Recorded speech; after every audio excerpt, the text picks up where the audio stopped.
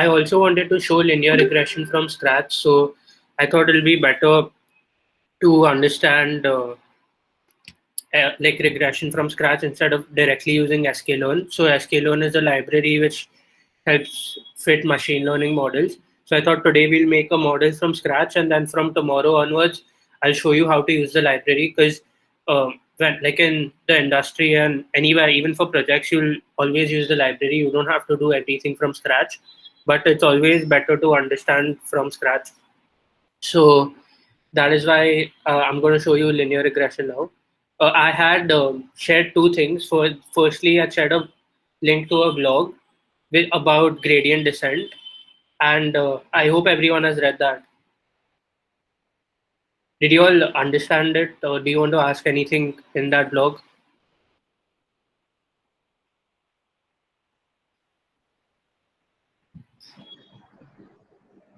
I guess everybody has read, Bhaiya, like you can proceed. We've provided them with the link.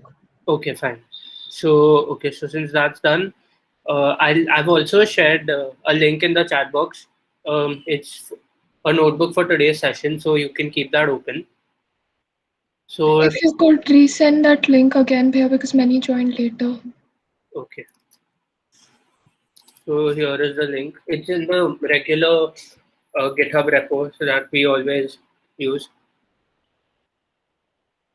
So just remember that every week before a class, I'll be uploading stuff to that same repo. Okay, so is my screen visible? Yes. Yes, we are. So what we're going to do today is we are going to predict housing prices based on the size of the house and the number of rooms in the house. Okay, so this is what the data looks like, and I showed you how to read the data file last week during EDA. So it's very simple. Since I wanted to show you the algorithm from scratch, I just thought I'll show you multivariate linear regression. So multivariate, as in it has more than one independent variable. So here, size and number of rooms, we have two predictors. Based on these two, we'll predict the price of the house. Okay, so first things first, just EDF. I'm just seeing I'm just seeing how the price varies with each feature. So here, naturally, as the size increases, the price also increases, and this is not the same for the room. Okay, and obviously a lot of other things matter, like where your house is, how many amenities it has, the area, obviously, the people living in that area. A lot of things matter. So to keep it simple, there are only these three functions, and you can see that the number of rooms doesn't give you a clear idea of the price. Okay, because for 3 rooms also there's a wide range. It's as cheap as 200,000 and then as expensive as 600,000. So we'll see using the algorithm what we get. Okay, and so first things first, I want to also talk about this linear regression line. So this is in 1D. Okay, now we can only visualize this line and all the data points when you only have one feature and one predictive feature. But since we could have done it in 3D, like in our case it has only two, but I want you to get accustomed to visualizing things in one dimension and then applying it to multiple dimensions, because when you deal with real data, it will have about 50-60 columns, so there's no way you'll be able to visualize that data. What you have to do in that case is like this, you have to individually visualize the effect of each feature on the target variable. Okay, so yeah, so say we have only, assume for this, like for now we only have one feature X, and this is the dependent variable Y. So based on X, we are predicting Y. Okay, and it's basically a scatter. Forget the line for now, just look at the point. So we have a scatter plot, and what we have to try and do is we have to fit a line to this such that Y is predicted properly. Okay, so obviously you can fit many lines, because you won't be able to fit a perfect straight line, because all the points, for it to be on a perfect straight line, all the points should lie on the line, which is not possible. Okay, so you still have to try and make the best of what you have. So what you have to try and do is, do you see this distance from the line? You have to try and minimize the square of this distance. Okay, so this error term is the square of the distance from the line of each data point. So if this point, say this point is x1, say I'll pick a clear point. So if this point is x1 and this point is y1, so you have to try and see that y1 minus x1, the whole square, is minimum. Okay. So did you understand what we are trying to do?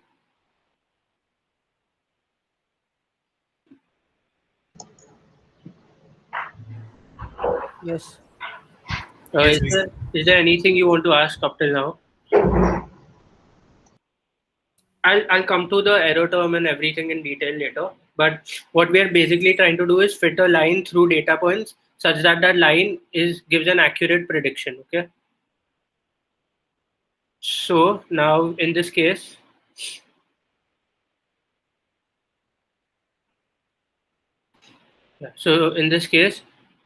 this is our data.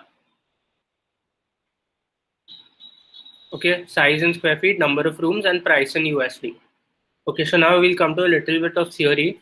So you know what an equation of a straight line is, okay? It's y plus, y is equal to mx plus c. So here it's written as a function of x, and theta naught and theta 1 are basically weights. Okay, these are called weights, and x is called a feature here. So you're trying to predict y is the ground truth, and h theta of x is your prediction. So you have to make sure that your prediction is as close to the actual value. Okay, so if the size is 2104, then if you put 2104 and given two weights, say you get 440. So you have to make sure that 440 is as close to 460. For that, obviously, what you can do is try and experiment with different weights. Like if I change the weight of theta naught from 0 to 1 or from 1 to 100, then I'll get a different answer. So for different combinations of these weights, theta 1 and theta 1, theta naught and theta 1, you'll get different prediction values. Now you have to choose your weights such that this value, this prediction, and I'm not talking about just one prediction. Suppose you have 50 data points. So for all 50 data points, this predicted value has to be close to y. Okay, got it?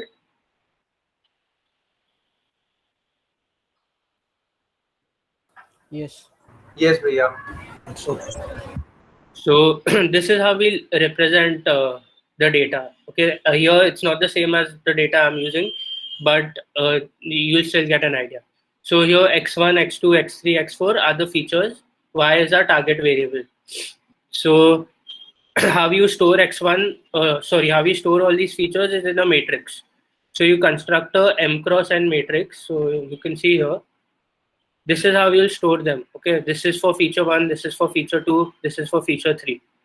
Okay, all data points, and I'll come to why these values are like this, but this is how we store them. Basically, you'll store this in a matrix. So if you have, like, here there are 47 rows, so what will the dimensions of your matrix be? Can anyone tell me?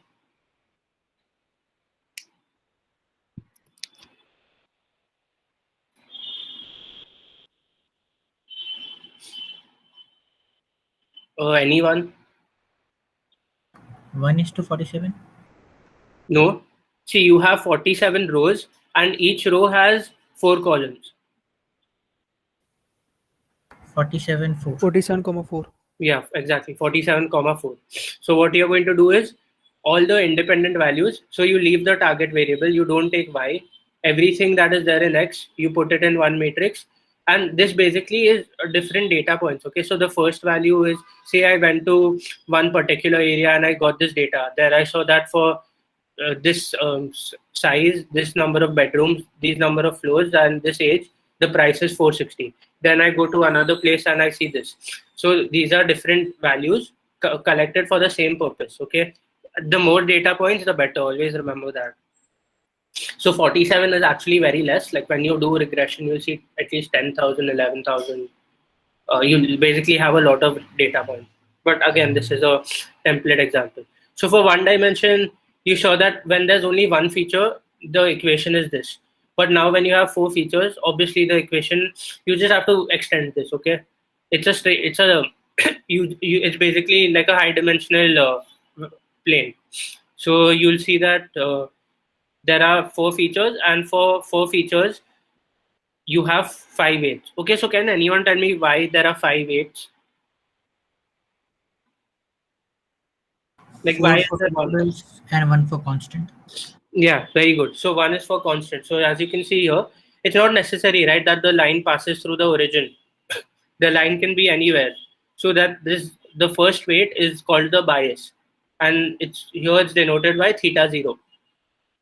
So if and okay, we'll come to bias later, but this is why if you have n features, your theta. So again, you'll store all the weights also in a matrix. So your theta matrix will be n plus 1 cross 1. Okay, I'll come to that again. Okay, so okay, so how would how would I represent? So firstly, this is how you read all the data. This is the same as the EDA lecture. Here I've read everything except for the last column. So my X matrix now is size in square feet and number of rooms, and Y matrix is price in USD. So like I said, there are 47 rows and there are 2 features here in our case. So the dimension of X is 47 cross 2, and similarly for Y, it's 47 cross 1. Okay, and this is very important. Always remember this. Like here, can what difference do you see between these 2 columns? Anything that comes to your mind? The range of values. Yeah, very good. So here you can see the size in square feet is in thousands, and the number of rooms is basically less than 10. So this isn't right, okay? Because firstly, it's very expensive computationally. If you have big numbers in your data set, then whenever you're doing matrix multiplication or whatever, naturally you'll have very big results, and that will take time to compute. And secondly, your data should always be centered.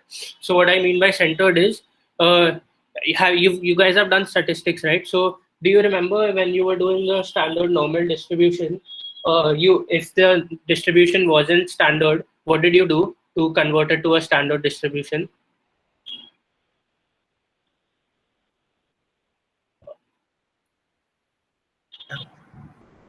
Subtract the mean and divide by deviation, standard deviation. Yeah, exactly. Very good. So that is exactly what you have to do. So for each feature, you have to subtract the mean of this column and divide it by the standard deviation of this column. And similarly for this column. So why is that important? 2 reasons. It converts everything to the same scale. It basically makes everything standard. So you'll see that the distribution is then between -1 and 1. Okay, and also one more thing, it makes machine learning easier. It will make gradient descent easier. So I'm really hoping that you guys have read the blog, because it's going to be used today. Okay, so moving forward, just read this right now, and does everyone understand this feature normalization function?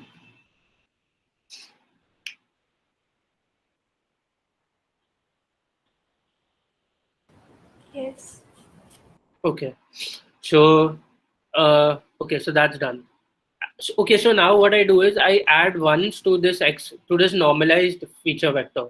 Can anyone tell me why I'm adding a column of ones?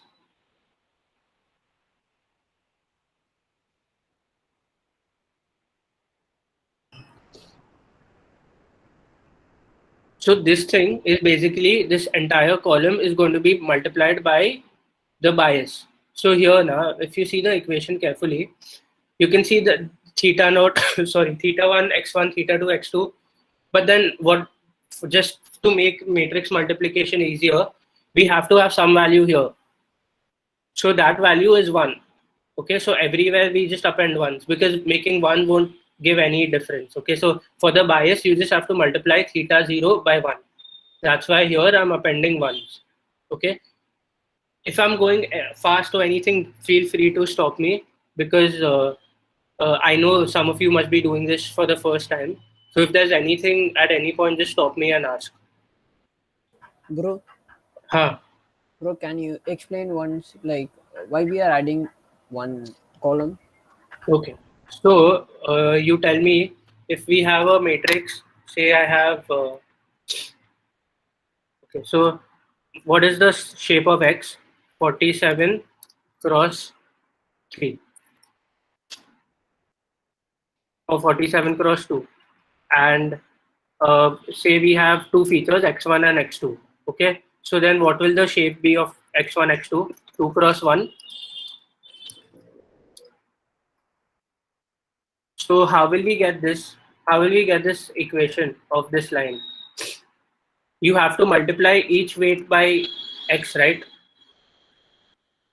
Yes. So then what do? You take a dot product. So if you have two matrices and you want to get this, like you want to get this equation, then what do you get? Like this, to get this equation, you'll have to take the dot of 47 cross 2 cross 2 cross 1. So do you get this? What will this give you?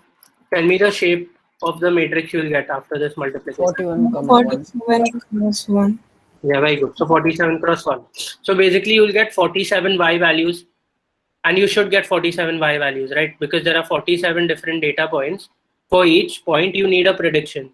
So you'll get 47 different predictions. Now the thing is, if there are two, then I won't get any bias term. Are you seeing this? I'm only multiplying. So what I'm doing is I'm multiplying h1 theta 1 x1 plus theta 2 x2. So I'm completely ignoring the bias, right? If I want the bias, I need theta 0 x0. But we don't have x0. We just want theta 0. We want this to be constant. So that's why x0 is 1. Did you get it? Yes. So if I didn't have this, I'd only have theta 1 x1 and theta 2 x2. So understood this, right? And Yes. Excuse me, yeah, whether the first column will always contain 1 or it can contain different values depending upon the bias.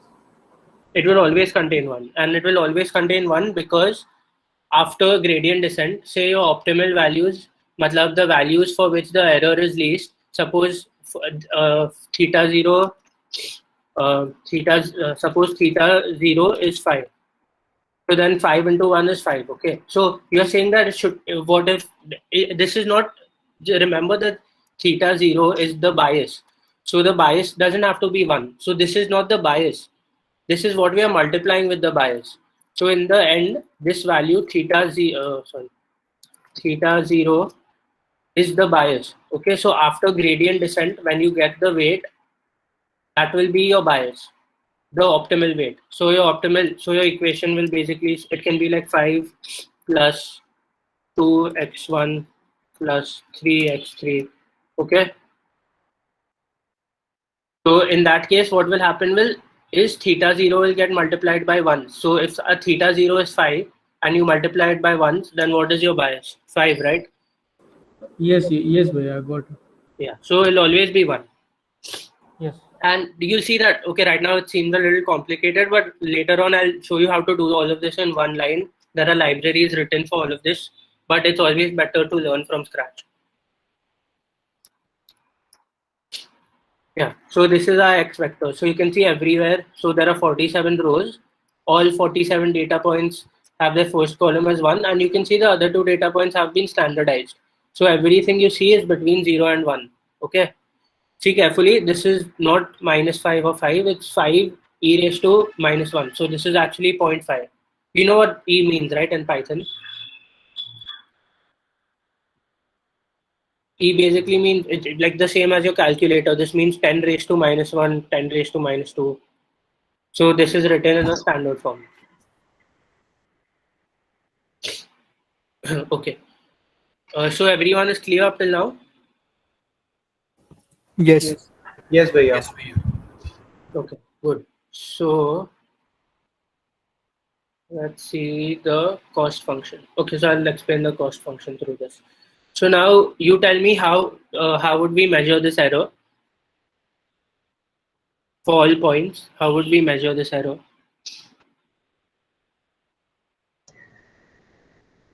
estimated y from the actual y. Yeah. So say now whatever points are plotted here, they are actual x and y. Okay. So for this point, say x must be 5, y is 5. For this point, x is near 100 and y is near 10. Okay. So these are the actual points, and all the points on this line are the points that we have predicted. So this line is our prediction. Okay. Because after getting the weights, we'll get a line, right? So this is our predicted line. So now if someone asks you that for this point, what is our prediction? So how you see it is, say that you have been given x equal to 95. So what you do is find x equal to 95 on this line, and this corresponds to a value of around 13. Okay, so you can see that for x equal to 95, the value is 13, but the actual value is much less. The actual value is 10. So our predicted line has obviously made a mistake. Okay, it's not perfectly giving us the value, it's giving us something off from that value. So what will we do? We'll subtract that value from, we'll subtract the actual predicted value from the actual value and square it. You square it because obviously when you square a big number, you get a very big number. So we are trying to make sure that our error is as small as possible. Okay, so you tell me, what is an error of 5 is bigger or an error of 5 square? Obviously an error of 5 square. So we'll try and minimize the cost that you will see. So did everyone understand what, and this individual difference is called a loss. Now what a cost function is you take the sum of all of these error terms. So for this point, the error term is this much, the square of this. Then for this point, it's the square of this distance. So when you take the sum for all data points, if you see what the error term is, like the square of the error term, then you get a cost function. Okay, it's nothing fancy. You take each point, you compute its error from the prediction, like how far it is from the actual value, and you square it and add all of them. Okay, got it? Yes, bhaiya.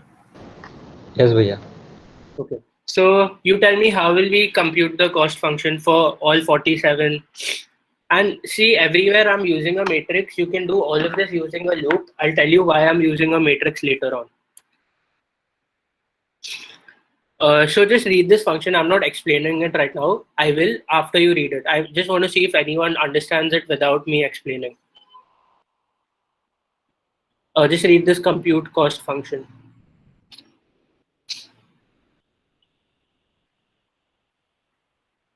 I'll just tell you the shapes. Okay, so x is m cross n plus 1, m rows, features, n plus 1 due to adding 1 for bias. Then y is m cross. Okay, so tell me, what is the shape of y?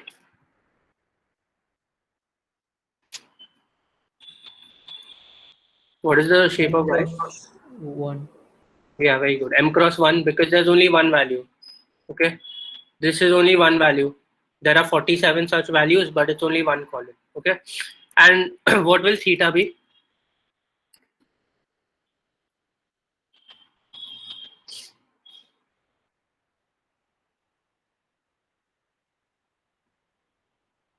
Anyone? Theta is what we are predicting. So theta is this weight matrix. Okay, this thing is theta. But what I'm saying is, what is the dimension? So how many weights are there? n plus 1. Yeah, very good. So there are n features. So for each feature, there is one weight, and additionally, there's one more weight for bias. So n plus 1. This is the toughest part of understanding anything from scratch.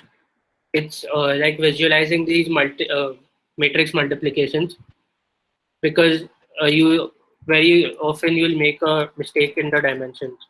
So that is why it's always best to write down the dimensions. Even when I was first learning, I used to write down the shape of every variable, and I would write down the shape of every result that I got. So what is the shape of predictions?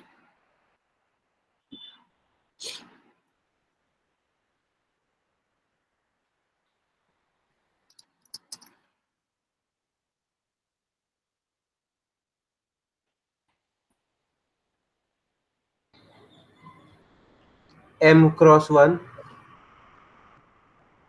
Exactly. And you can obviously verify it from here also.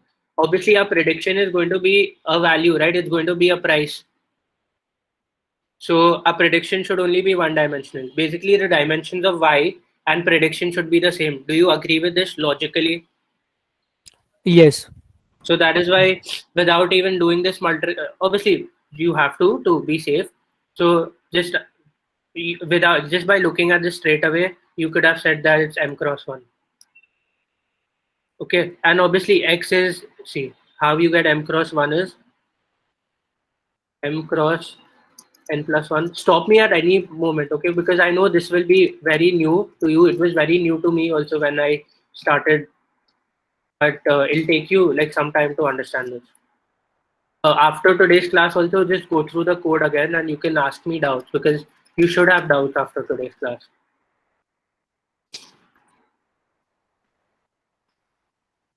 What does this give? A matrix multiplication.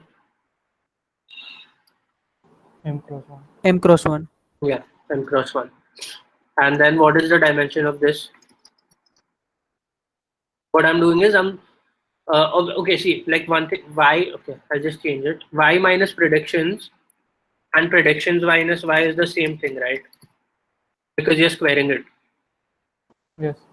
Yeah, but it's just written like this for clarity. It's the same, it'll give you the same result. So what is the dimension of this? M cross 1.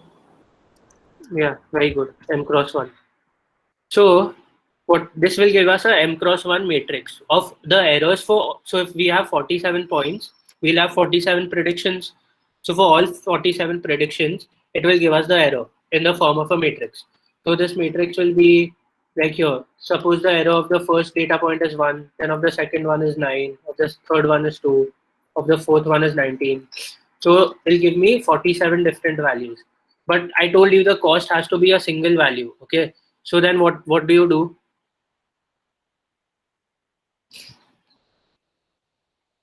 What would you logically do? Add all of it.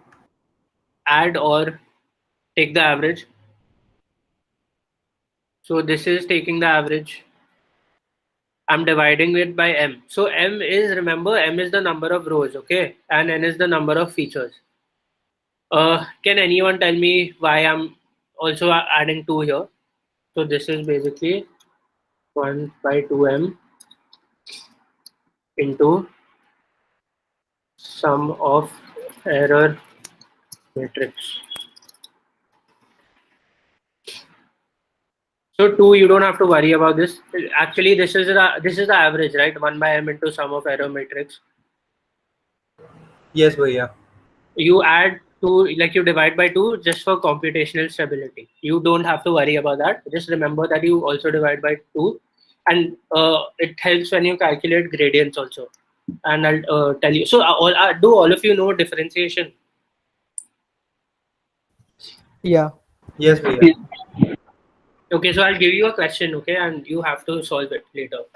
I'll tell you when. Okay, so now we come to computing the cost. So now you see this is the cost for x, that is for x, y, and what, theta. Okay, so theta here is 0, 0, 0. So basically, if I put all the weights as 0, then what will I get in this equation? 0. 0.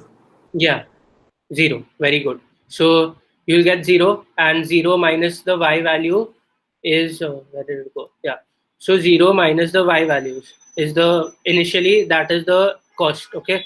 So that is why you can see it's a ridiculously high number. You can imagine why it'll be that high, because you're subtracting, basically you're just squaring this entire column and adding it. Okay. I'm just showing you how you compute the cost. Okay. This was, so now we'll come to the main thing, that is gradient descent.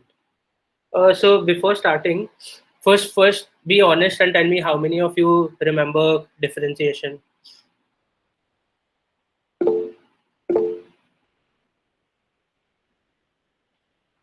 Okay, and this is very simple. Don't worry about sine, cos, anything. Very simple power law or whatever it was called. Even I don't remember what it's called. So, okay, so a lot of you do. So then I'll give you a simple question. What, and you know what partial differentiation is, right? Yes. Yes. So for this cost function, can anyone give me the partial differentiation with respect to? So this is a cost function. Is this making sense?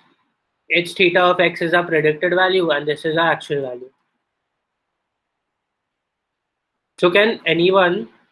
And this is h theta of x. Okay, remember to expand it. So can you give me the partial differentiation with respect to theta naught, with respect to theta 1, with respect to theta 2? Do it for these three. Theta 2, theta 0, theta 1, theta 2. Differentiate this. So obviously, see, this cost function is a function of theta.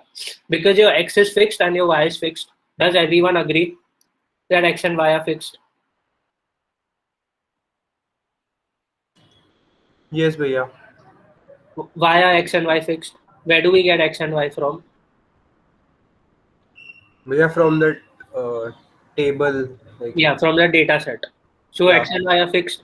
What we have to try and do is predict all of these weights so we can fit a line. So theta is the only variable. Theta is in this whole theta matrix. So now what you do is individually one by one multiply. Multiply kya? Find the find the partial derivative of this cost function with respect to theta 0, theta 1 and theta 2. So in our case, I'll just write it down for you. H of theta is theta 0 plus theta 1 into x1 plus theta 2 into x2. So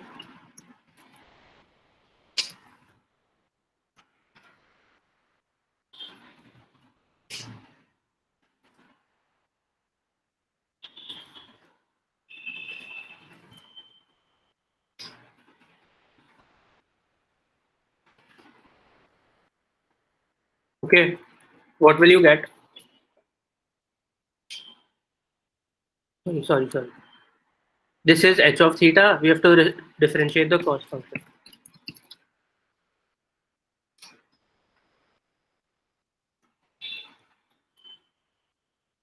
This is square, okay? This, you know, this is square, right, in Python. Yes, bhaiya. Okay.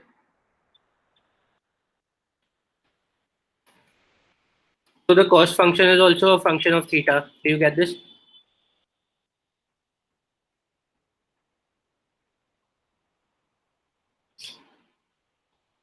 Okay, just differentiate and tell me what you will get.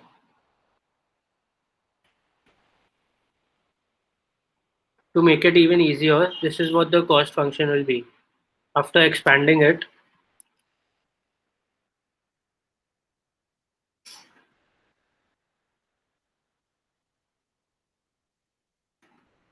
okay, this is what the cost function will be, right? Now differentiate this with respect to theta 0, first theta 1 and theta 2. What will you get?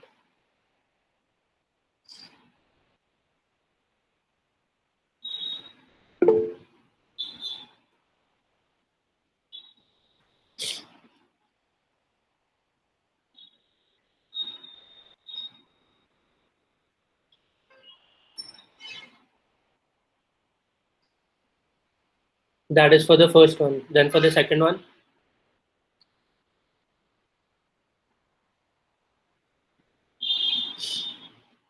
it should be, In place of x0, it should be x1. yeah, very good. So you can see the pattern, right? It will just be this into x, x0, x1, x2, x3.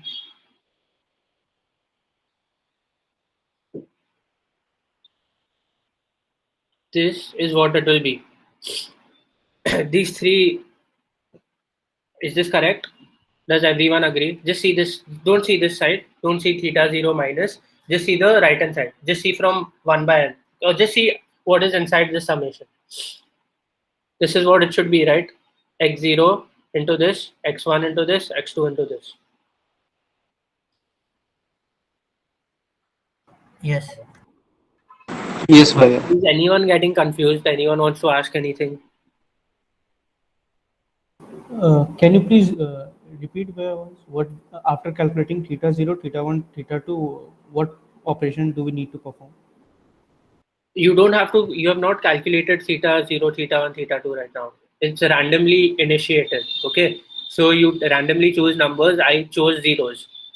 Then what you have to do is compute the, you read the blog, right, on gradient descent, all of you? Because I'm just, that's why I'm not like talking about gradient descent. Did you guys, has anyone not read it? So then I'll explain it if you haven't read it.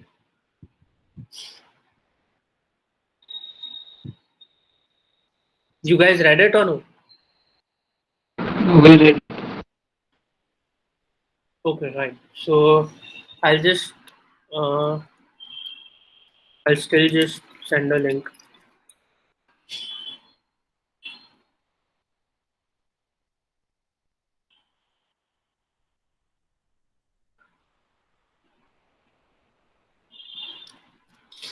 Read this whenever you have time, okay? So what we have to do now is to optimally find theta. Now we have random values of theta, but how do we know which is the best value of theta? So for now, just remember that there's this algorithm called gradient descent. What it does is takes in a cost function and it optimizes that cost function. So you'll see, I'll just read out the description very fast. In an optimization problem, we have a cost which is a function of variables. Okay, so in our case, our cost was the sum of squared errors, that is the sum of differences of squares between y and predicted value, and that is a function of theta. So obviously theta can take any value. Our goal is to minimize the cost function.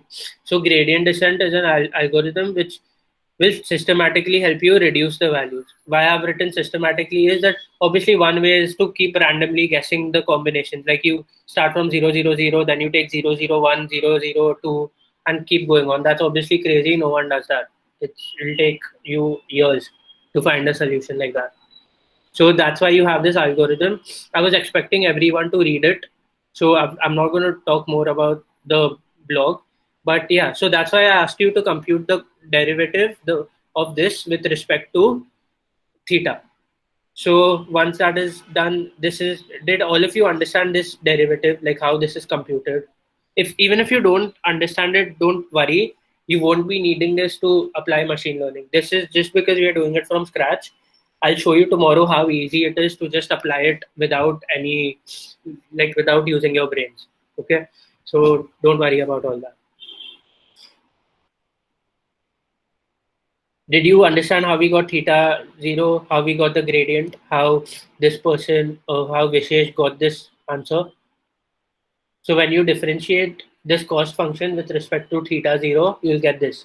Then similarly for theta 1, this x0 will change to x1, okay? And x2 will change, and for theta 2, it will change to x2. So now for gradient descent, and this is the algorithm for gradient descent, what you do is you take the original theta values and you multiply it. So can you see this minus equal to here carefully? Yes, Bhaiya. So again, I'm stressing on it. You've read the blog, right? Because no one is answering.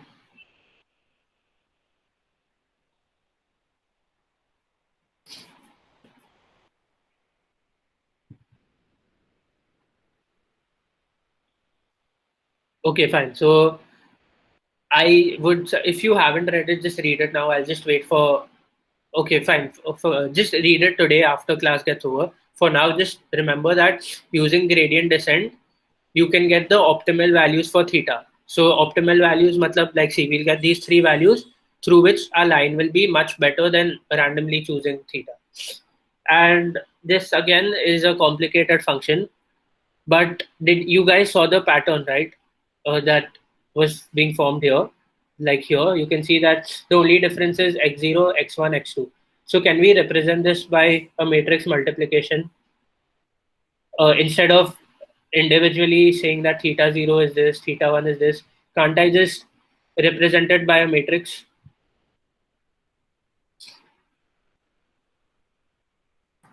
Yes. Yeah. Okay, so is this a little complicated? Are you all having trouble understanding this? Or is it fine? Should I go ahead?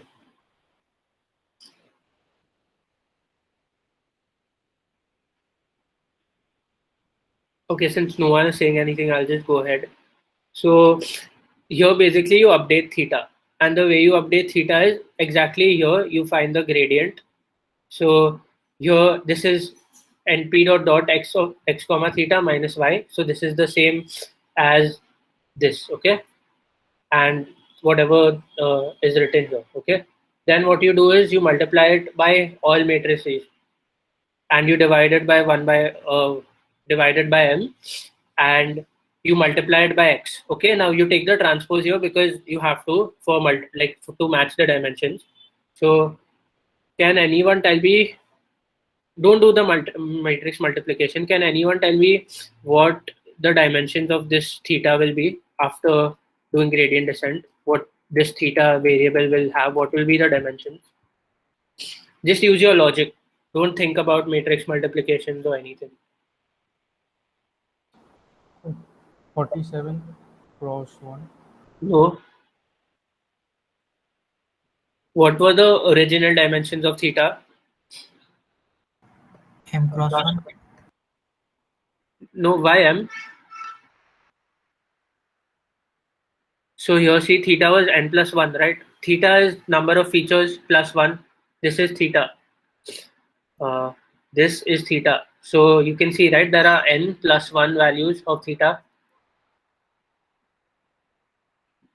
So then after gradient descent, what is gradient descent doing? I want someone to tell me what gradient descent is doing. It is minimizing the cost function. Yeah.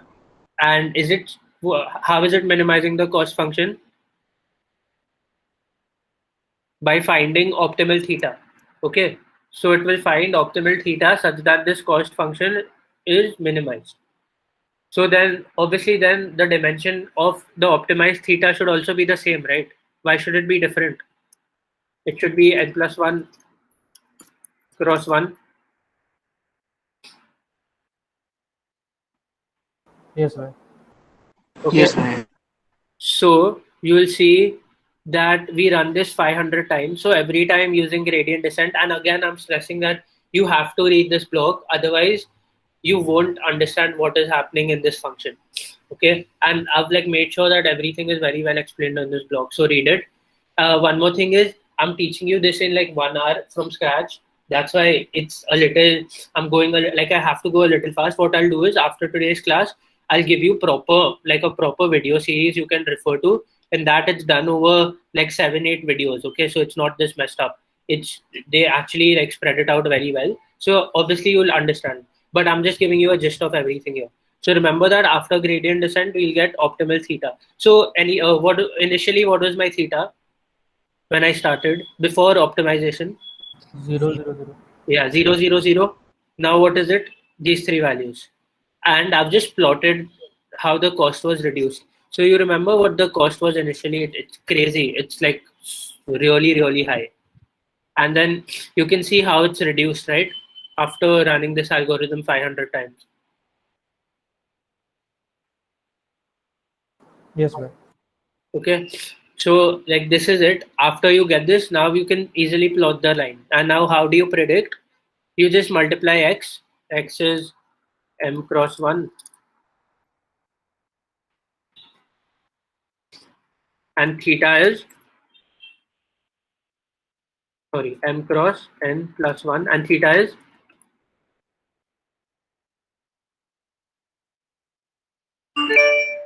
what is theta? N plus 1, comma 1. Yeah. So what will you get?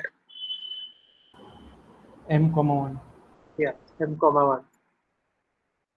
Okay, so now as an example, first I take an example of a house of 3 houses. Okay, so now we have 3 values. 3 houses, one is 2100 square feet, one is 1000 square feet, one is 5000 square feet. One has 3 rooms, one has 1 room, one has 5 rooms. Okay, so similarly, exactly like how this was, I've taken 3 random values, and just to see if I'm getting a like same result. Okay, so what am I getting here?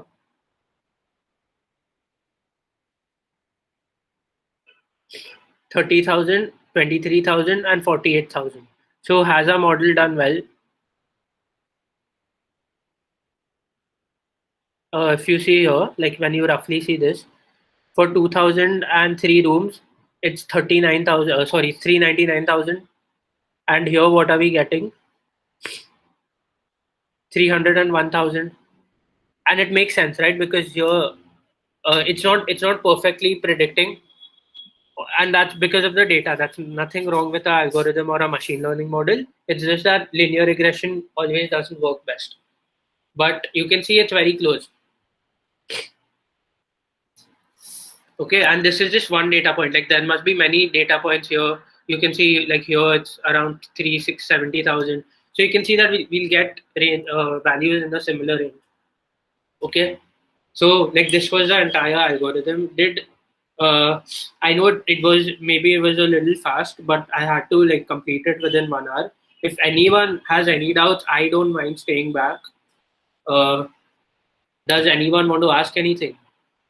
And if you're feeling scared or anything, if you're thinking that machine learning is a little complicated or anything, don't worry. This is just to understand. And there's another way in which you can understand. You can just watch YouTube videos. You don't have to go into the maths, and you just have to implement the function. So just to show you how simple ML is, this is like this. We'll be using libraries, okay, to make the model. So this is it. Like the entire code that I was showing you up till now, this is done in one function.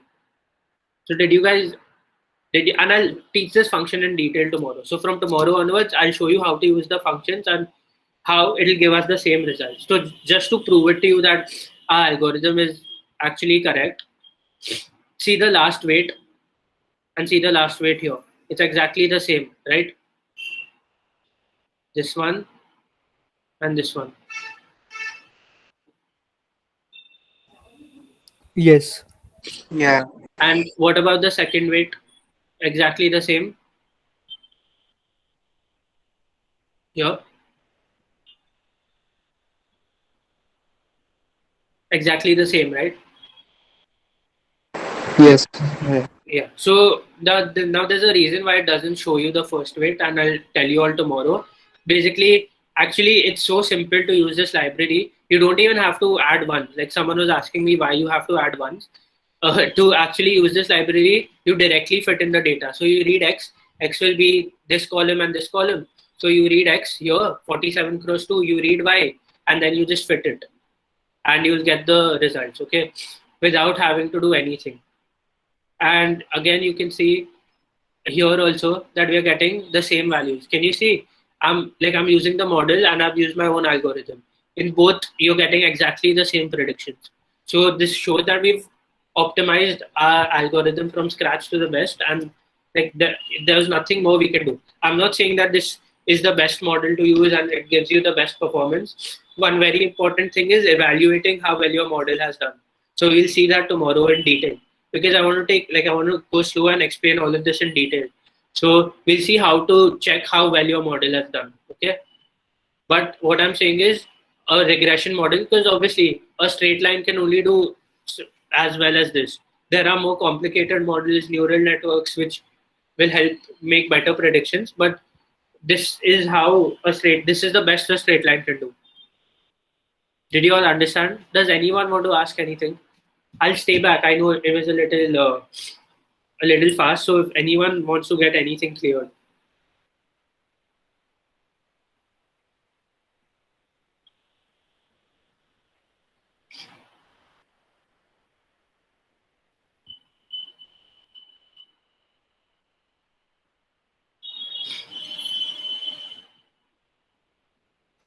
The video series which you told, like The step-by-step one. So where you will share it? Okay, so I'll give it to you right now.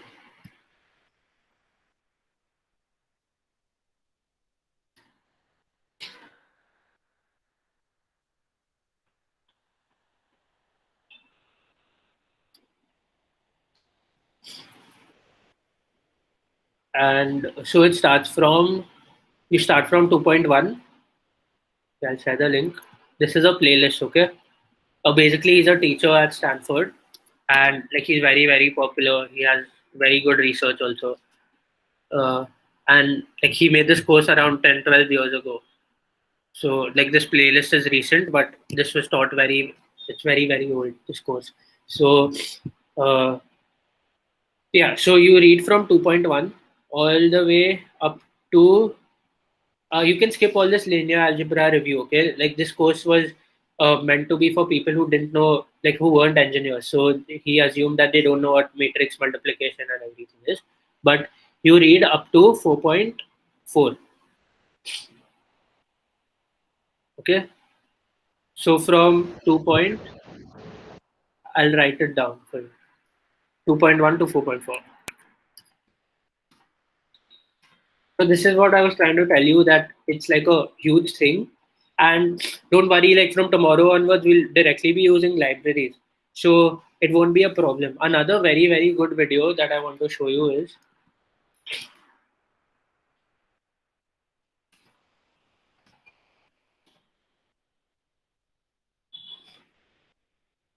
okay, so you can see this. Like you can see all of these are massive. Like you can see this entire playlist also. But it's just that it'll take time. And I would strongly suggest you see all of this, because the more you see, the better. So I also want to ask you one more thing for feedback. Should I send you all of these videos before class or after? Like because you obviously get one whole week to prepare. To prepare, as in you'll get one whole week before the next session. So do you want it to be like, you can obviously see it during the week. So before or after? Okay, before. I think before will be fine. Okay, fine. So I was thinking that because anyway you have to, and it's mandatory that you have see them. Okay, otherwise you won't understand properly. So what I thought was initially that I'll teach first, and then you can look at the videos in detail for this whole week. In that way, you'll remember also. But I'll send them before if that's what you all want. So any more doubts? And don't worry, from tomorrow onwards, it won't be this, like it'll be this simple. We'll just be using libraries, but I'll be telling you tips and tricks, and I'll show you how to evaluate models. So is there anything you want to ask?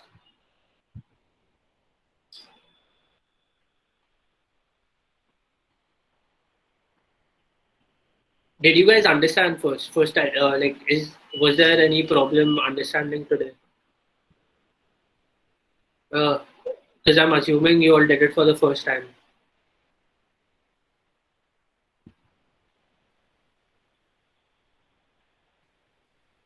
No, bhaiya. So it was fine, right, for everyone? Yes, we. Yes. Yes, Bhaiya. Okay. But please go through this blog. I know some of you must have not read it, but I really, if you guys read this blog, you'll understand the entire thing. So what you do is, first read the blog, then see today's code, then see Andrew NG's videos. The second set of videos are completely optional, but this is mandatory. Okay, 2.1 to 4.4. Then I'm sure, but if you have anything during the week, let me know.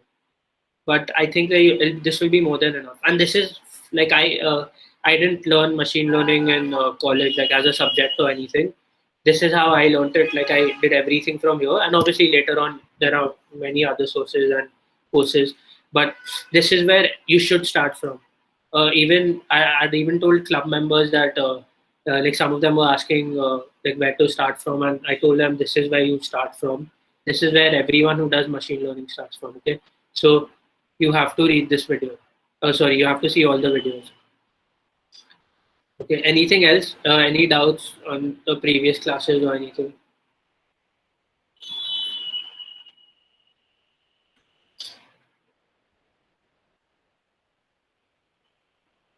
I mean, you guys can leave if you don't have any doubts. Only people who have doubts can stay.